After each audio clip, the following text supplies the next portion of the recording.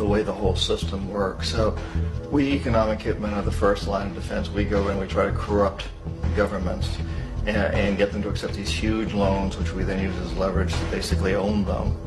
If we fail, as I failed in Panama with Omar Torrijos and in Ecuador with Jaime Roldos, men who refuse to be corrupted, then the second line of defense is we send in the jackals. And the jackals either overthrow governments or they assassinate.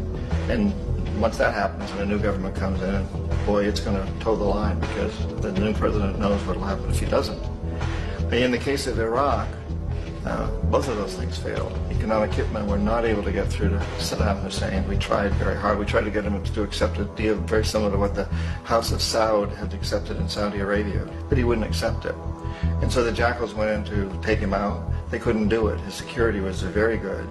After all, he had one time worked for the CIA. He'd been hired to assassinate a former president of Iraq and failed, but he knew the system. So in '91, we send in the troops and we take out the Iraqi military. So we assume at that point that Saddam Hussein is going to come around. We could have taken him out, of course, at that time, but we didn't want to. He's the kind of strong man we like.